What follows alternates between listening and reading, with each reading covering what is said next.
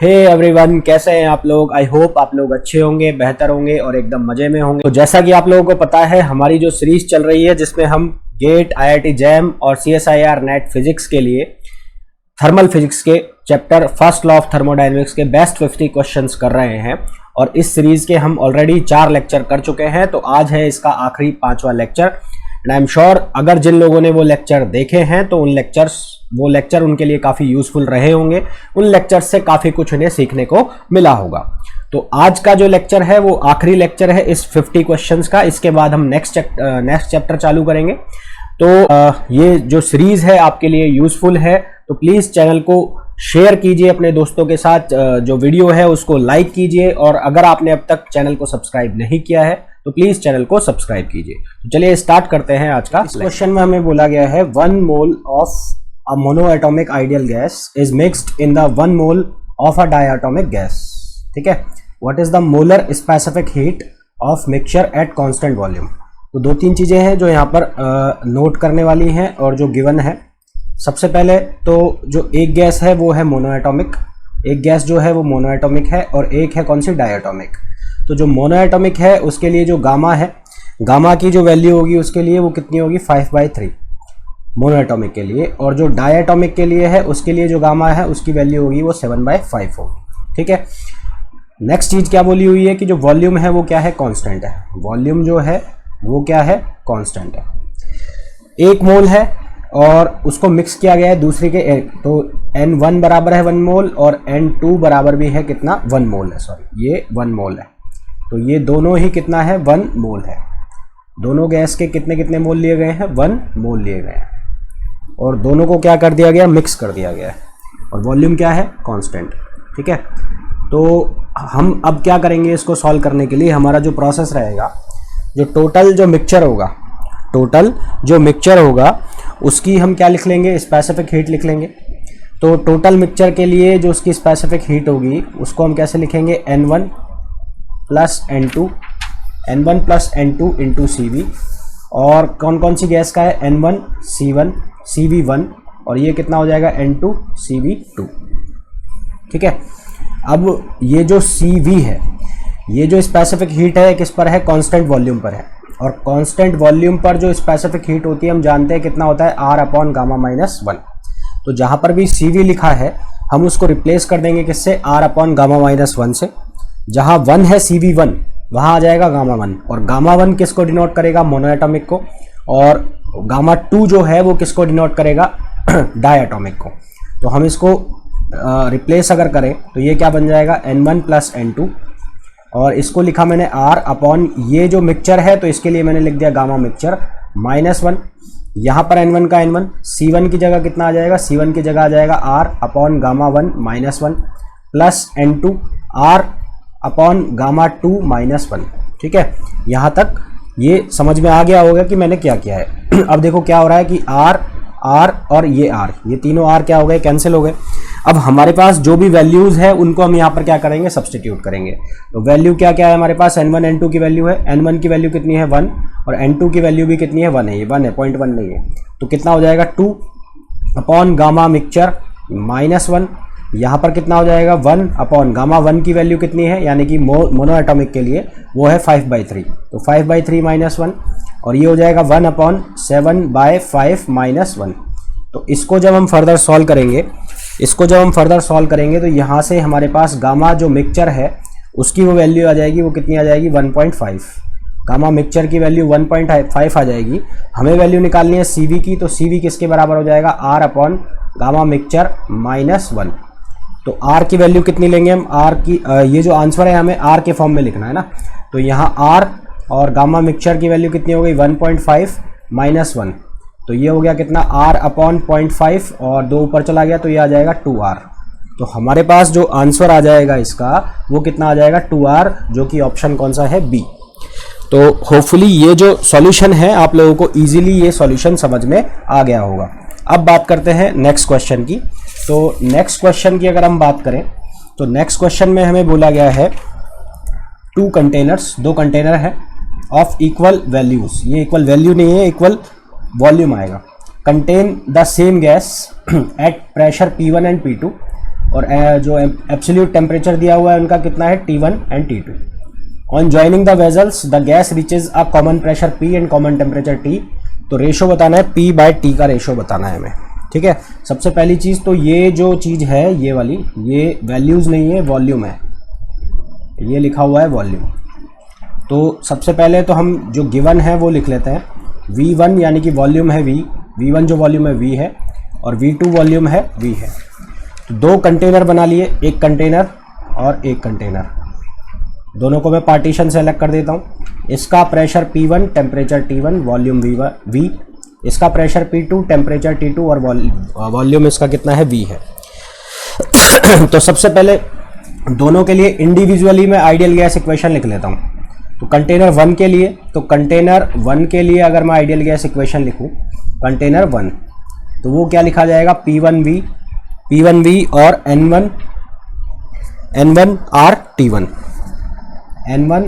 T1। और इसी तरह से कंटेनर 2 के लिए अगर लिखे तो कंटेनर 2 के लिए क्या आएगा, P2V बराबर N2R T2, ठीक है। यहाँ से हम किसकी वैल्यू निकाल सकते हैं, यहाँ से हम वैल्यू निकाल सकते हैं N1 और N2 की। तो यहाँ से N1 की जो वैल्यू है वो कितनी आ जाएगी, P1V ओवर R T1, और जो N2 की वैल्यू है वो कितनी आ जाएगी, P2V अपॉन R T2। ये किसकी वैल्यू आ गई, ये N1 और N2 की हमने इंडिविजुअल वैल्यूज़ निकाल ली। ये वैल्यू हमने क्यों निकाली है, क्योंकि जब हम इसको पंचर करेंगे मतलब यानी कि इस पार्टीशन को हटाएंगे और दोनों गैसेस को मिलाएंगे, तो जो टोटल नंबर ऑफ मोल्स है, टोटल नंबर ऑफ मोल यानी कि N, वो किसके बराबर हो जाएगा, N1 प्लस N2 के। अब N की वैल्यू कैसे निकालेंगे, जब हम इसको पंचर करेंगे यानी कि इसको हटाएंगे, तो इसको हटाएंगे तो ये दोनों गैसेस क्या हो जाएंगी, मिक्स हो जाएंगी, तो दोनों का जो वॉल्यूम है वो मिल जाएगा। तो V और V टोटल वॉल्यूम कितना हो जाएगा, 2V, और नया जो प्रेशर और टेम्परेचर है वो कितना होने वाला है, P और T होने वाला है। तो इसके लिए यदि हम N की वैल्यू लिखेंगे तो N की वैल्यू कितनी हो जाएगी, P into 2V upon RT। तो ये तीनों जो नंबर ऑफ मोल्स की वैल्यू है इनको हम इस इक्वेशन में सब्स्टिट्यूट करेंगे। तो इस इक्वेशन में सब्स्टिट्यूट करोगे तो क्या लिखा जाएगा, P into 2V upon RT, और ये कितना आएगा, P1V अपॉन RT1, और ये कितना आएगा, P2V अपॉन RT2, ये बनेगा। अब यहाँ से हमें वैल्यू जो चाहिए किसकी चाहिए, P/T की। हमें वैल्यू किसकी पूछी, P/T की। तो यहाँ से सबसे पहले तो जो कट रहा है यानी कि मर रहा है वो कब मारो, R कैंसिल, ये V कैंसिल। तो हमें P/T की वैल्यू चाहिए, तो P/T की जो वैल्यू है वो कितनी आ गई, 1/2, और P1 upon T1 plus P2 upon T2। तो ये किसकी वैल्यू आ गई, P/T की। और जो हमें ऑप्शंस दिए हैं उन ऑप्शंस के अकॉर्डिंग इसके लिए जो ऑप्शन सही होगा वो कौन सा ऑप्शन सही होगा, ऑप्शन बी इसके लिए करेक्ट आंसर होगा। चलिए साहब नेक्स्ट क्वेश्चन देखते हैं। तो इस क्वेश्चन में हमें बोला है internal energy of N1 moles of hydrogen. अब हाइड्रोजन जो है वो कौन सी गैस है, डायटोमिक, ये ध्यान रखना है। At temperature T is equals to the internal energy of N2 moles of helium. Helium कौन सी गैस है, मोनोएटॉमिक गैस है, टेम्परेचर T2। तो रेशो बताना है N1 N2 का। तो सबसे पहले तो इंटरनल एनर्जी किसकी, हाइड्रोजन की। तो इंटरनल एनर्जी का फॉर्मूला डिग्री ऑफ फ्रीडम के फॉर्म में, तो इंटरनल एनर्जी का डिग्री ऑफ फ्रीडम के फॉर्म में F/2 RT ये फॉर्मूला होता है। गिवन है कि दोनों जो गैसें हैं हाइड्रोजन और हीलियम, दोनों की जो इंटरनल एनर्जी है वो क्या है, सेम है, ठीक है। ये गिवन है क्वेश्चन में। तो गिवन है, क्या गिवन है कि U1 इक्वल्स टू U2। अब U1 जो है उसकी वैल्यू कितनी है, F1/2 RT1, और इसकी वैल्यू कितनी है, F2/2 RT2। तो R से R खत्म, 2 से 2 खत्म, तो ये कितना बचा, ये बचा F1T1, और ये कितना बचा, F2T2, ये बच गया। अच्छा, नंबर ऑफ मोल्स से भी मल्टीप्लाई करें क्योंकि नंबर ऑफ मोल्स भी रखे हैं, तो ये हो जाएगा N1 और ये हो जाएगा कितना, N2। तो यहाँ पर भी आ जाएगा N1 और यहाँ पर भी आ जाएगा कितना, N2। अब जो F1 है वो किसके लिए, हाइड्रोजन के लिए, और हाइड्रोजन कौन सा है, डायटोमिक। तो डायटोमिक के लिए जो डिग्री ऑफ फ्रीडम होती है वो कितनी होती है, डायटोमिक के लिए, डायटोमिक के लिए डिग्री ऑफ फ्रीडम होती है हमारे पास कितनी, 5। और जो हीलियम है, हीलियम गैस कौन सी है? Mono atomic. तो मोनो एटॉमिक के लिए जो डिग्री ऑफ फ्रीडम होता है वो कितना होता है? 3। तो degree of freedom mono atomic के लिए 3 और degree of freedom di atomic के लिए कितना? 5। तो यहाँ पर अगर वैल्यूज हम रखें तो N1 और F1 की वैल्यू कितनी हो गई? 5। टेम्परेचर T1 कितना है? T। F2 की वैल्यू कितनी हो गई? 3 और टेम्परेचर T2 कितना है? 2T है, ये गिवन है। और ये हो गया N2। हमें रेशो किसका चाहिए? हमें रेशो चाहिए N1/N2। तो यहाँ से क्या क्या कैंसिल आउट हो रहा है? ये T से T खत्म और 3 × 2 कितना हो गया? 6। तो ये हो गया N1 × 5 और ये कितना हो गया? 6N2। हमें रेशो चाहिए N1/N2। तो N1/N2 कितना आ गया? 6/5 आ गया। तो हमें जो ऑप्शंस दिए हैं उन ऑप्शंस में से इसके लिए option C is the correct answer. तो C जो होगा वो क्या होगा? करेक्ट आंसर होगा। तो नेक्स्ट क्वेश्चन पर चलते हैं। इस क्वेश्चन में हमें बोला है 2 insulating cylinders A and B। 2 insulating cylinder है, A और B है, फिटेड विद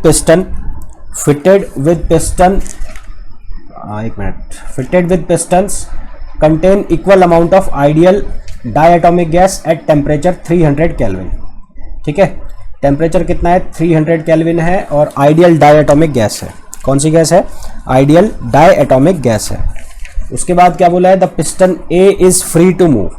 पिस्टन जो A है वो फ्री टू मूव है, while that B is held fixed. B को क्या रखा है? फ्री रखा है।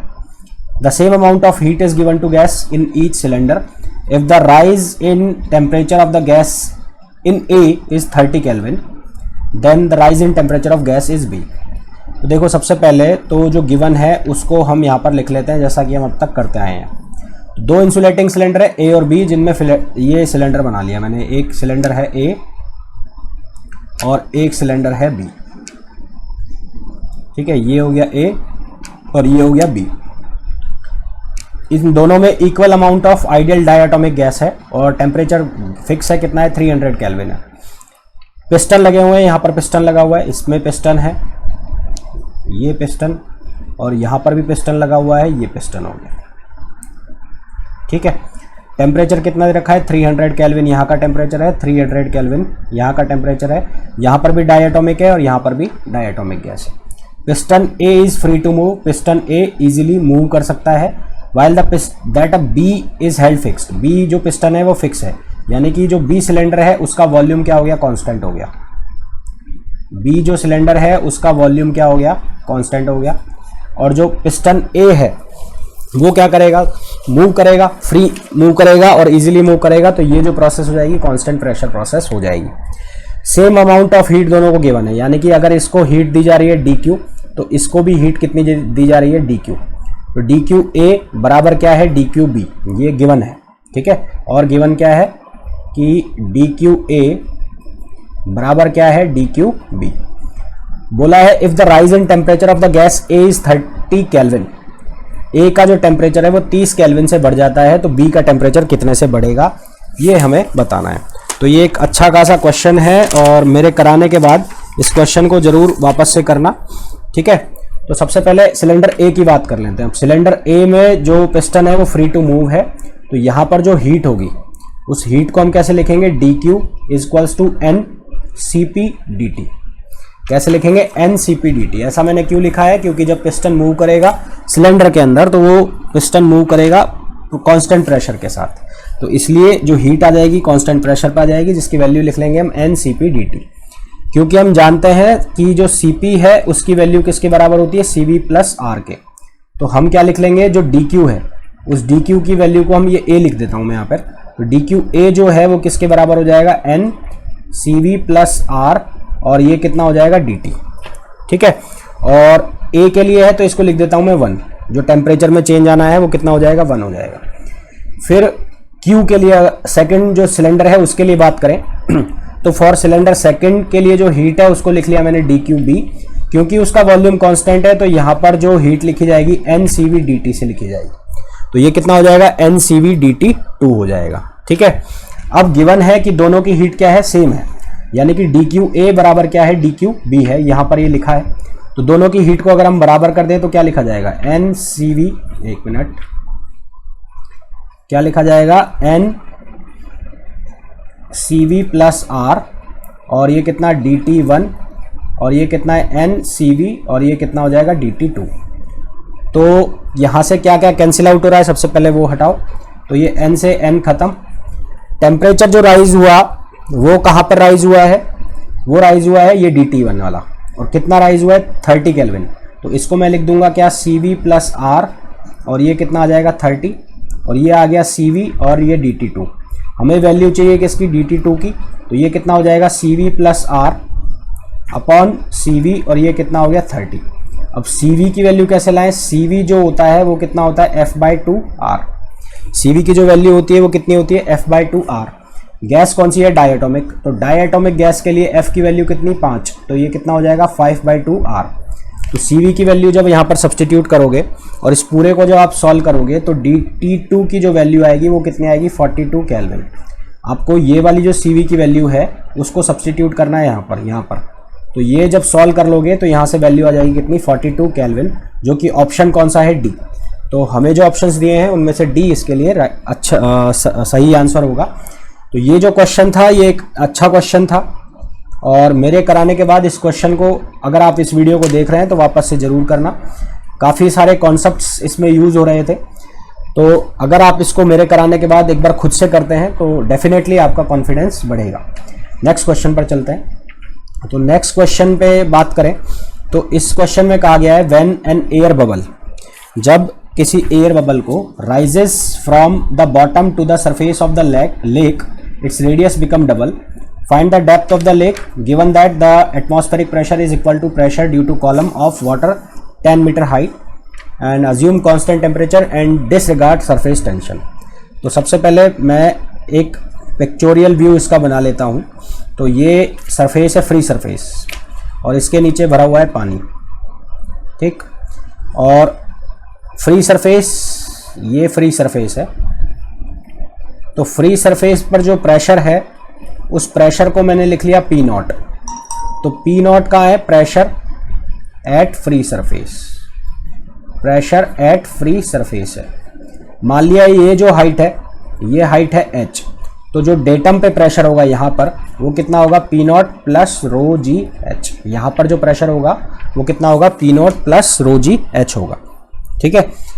तो P0 प्लस रो जी एच यानी कि ये इनिशियल कंडीशन है जहां पर ये बबल पड़ा है, और यहां से ऊपर उठकर कहां पे आ रहा है, ये यहां पर आ रहा है। तो ये कंडीशन हो गई 1 और ये कंडीशन हो गई 2। यहां से यहां आने में टेम्परेचर क्या है, कांस्टेंट है। तो टेम्परेचर कांस्टेंट है तो ये कौन सी प्रोसेस हो गई, आइसोथर्मल। और आइसोथर्मल ये प्रोसेस हो गई तो हम यहाँ पर क्या लिख सकते हैं, हम लिख सकते हैं P1 V1 इक्वल्स टू क्या लिख सकते हैं P2 V2, ठीक है। अब सरफेस जो बबल है वो कैसा होगा, स्पेरिकल। तो स्पेयर का जो वॉल्यूम होता है वो कितना होता है 4/3 पाई आर क्यूब। तो P1 सबसे पहले तो कितना हो जाएगा, P1 हो जाएगा P0 प्लस रो जी एच, और V1 कितना हो जाएगा 4/3 पाई आर क्यूब। P2 कितना हो जाएगा, सरफेस पर प्रेशर कितना है P0, तो ये इसको लिख देंगे P0, और वॉल्यूम कितना हो जाएगा 4/3 पाई। अब रेडियस जो है इसकी कितनी हो जाती है, डबल हो जाती है जब ये ऊपर आ जाता है। तो इसको क्या लिख दूंगा मैं 2r क्यूब लिख दूंगा, ठीक है। तो इसको सिंप्लीफाई करोगे, इसको सिंप्लीफाई करोगे तो ये 4/3 पाई खत्म, 4/3 पाई खत्म। इसको एक्सपेंड करोगे, ओपन करोगे तो ये लिखा जाएगा P0, यहाँ से r क्यूब खत्म, यहाँ से r क्यूब खत्म हो जाएगा तो कितना बचेगा 8। तो ये कितना बचेगा P0 प्लस रो जी एच, यहाँ पर P0 रहेगा और ये कितना रहेगा 8 आ जाएगा यहाँ पर, ठीक है। तो ये कितना बनेगा, rho g h equals to 7 P0, rho g h equals to 7 P0।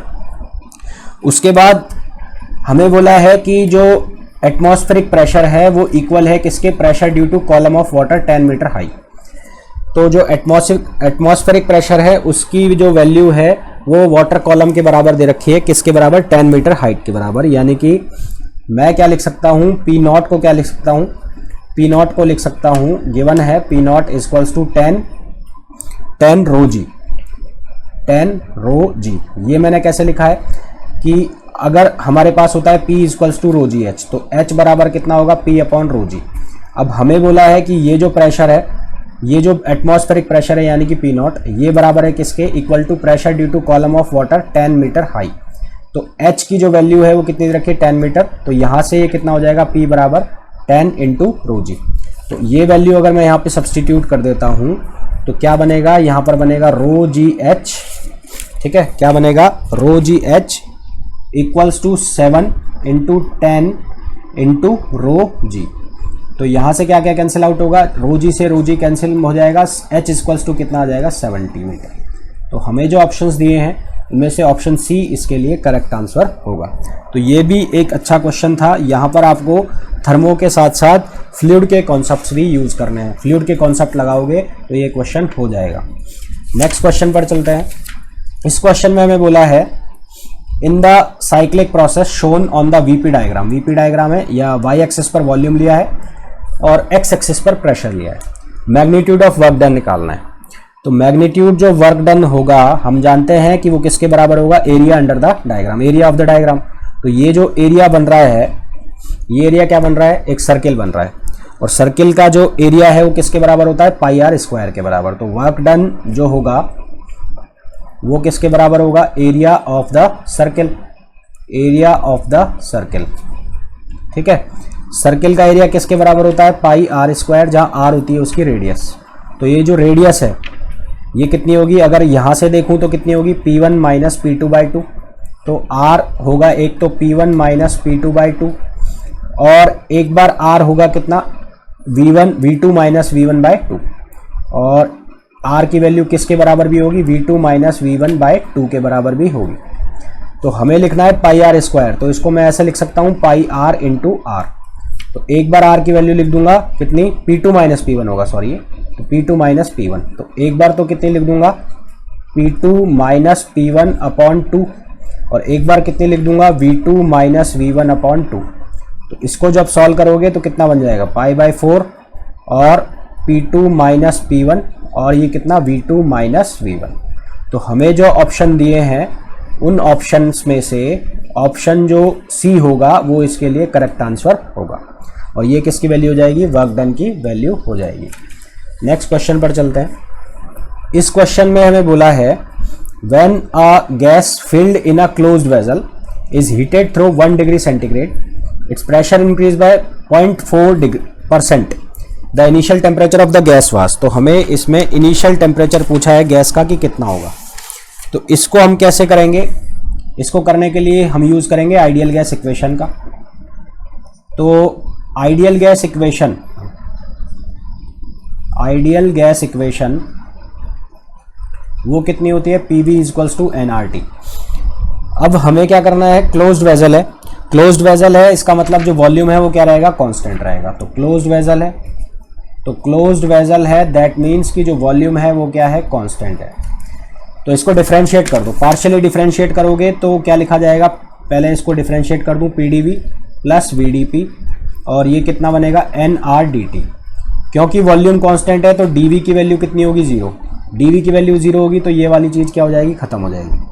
तो यहाँ क्या बचेगा, यहाँ बचेगा क्या, VdP इक्वल्स टू nRDT, ये बचेगा, ठीक है। अब यहाँ पर हमें इनिशियल टेम्परेचर बताना है गैस का। क्या बताना है, गैस का इनिशियल टेम्परेचर बताना है। तो पहले तो मैंने यहाँ क्या लिख दिया, dP बराबर क्या लिख दिया, nR upon V into dt, ठीक है, ये हो गया। अब ये इक्वेशन का मैंने वापस यूज किया, PV इक्वल्स टू nRT का। तो इस इक्वेशन से देखो तो P अपॉन T किसके बराबर है, nR अपॉन V के। तो nR अपॉन V की जगह मैं कितना लिख दूंगा, वापस से P अपॉन T लिख दूंगा। तो मेरे पास क्या बनेगा, dP इक्वल्स टू क्या बनेगा, P upon T into dt, जिसको मैं फर्दर चेंज करके क्या लिख सकता हूँ, dP upon P equals to dt upon T, ऐसा मैं लिख सकता हूँ, ठीक है। अब हमें क्या बोला है कि परसेंट में इंक्रीज हो रहा है 0.4 में, यानी कि 100 से गुणा कर दो परसेंटेज में चेंज हो रहा है, तो कितने से कितने में, 0.4 से। तो इसको मैं क्या लिख दूंगा, 0.4 इंटू 100, इतने परसेंट से ये इंक्रीज हो रहा है। dP अपॉन P का मतलब कितना दे रखा है, 0.4 और परसेंटेज में, इसलिए इसको मल्टीप्लाई कर दिया 100 से। सेम कहानी टेम्परेचर में हो जाएगी, टेम्परेचर में जो चेंज आता है वो कितना आता है, 1 डिग्री सेंटीग्रेड। तो dt की वैल्यू 1 हो गई, ये टेम्परेचर हमें निकालना है और ये कितना आ गया, 100 आ गया, ठीक। तो अब यहाँ से जब इसको हम सॉल्व करेंगे, परसेंटेज में दिया है ना, परसेंटेज का परसेंटेज खत्म, ये 100 से मल्टीप्लाई भी जाएगा, ये खत्म। तो यहाँ से इसको सॉल्व करोगे तो क्या आ जाएगा, 100 अपॉन 0.4 और ये उड़ गया यहाँ से तो ऊपर पहुँच गया 1000, तो ये आ जाएगा कितना, 250 केल्विन, तो हमें जो ऑप्शंस दिए हैं उन ऑप्शंस में से ऑप्शन ए इसके लिए करेक्ट आंसर होगा। तो होपफुली आज जो हमने जितने भी क्वेश्चंस किए हैं हमारी जो सीरीज के, जिसमें हम फर्स्ट लॉ ऑफ थर्मोडायनेमिक्स के बेस्ट 50 क्वेश्चंस कर रहे हैं आईआईटी जैम एग्जाम के लिए, IIT JAM physics, GATE physics या सीएसआईआर नेट फिजिक्स के लिए। तो ये जो क्वेश्चंस है आपके लिए यूजफुल होने वाले हैं। अगर आप इस वीडियो को देख रहे हैं और लेक्चर को पसंद कर रहे हैं, क्वेश्चंस आपको अच्छे लग रहे हैं, तो प्लीज़ वीडियो को लाइक कीजिए, शेयर कीजिए। अगर आपने अब तक चैनल सब्सक्राइब नहीं किया है तो प्लीज़ चैनल को सब्सक्राइब कीजिए।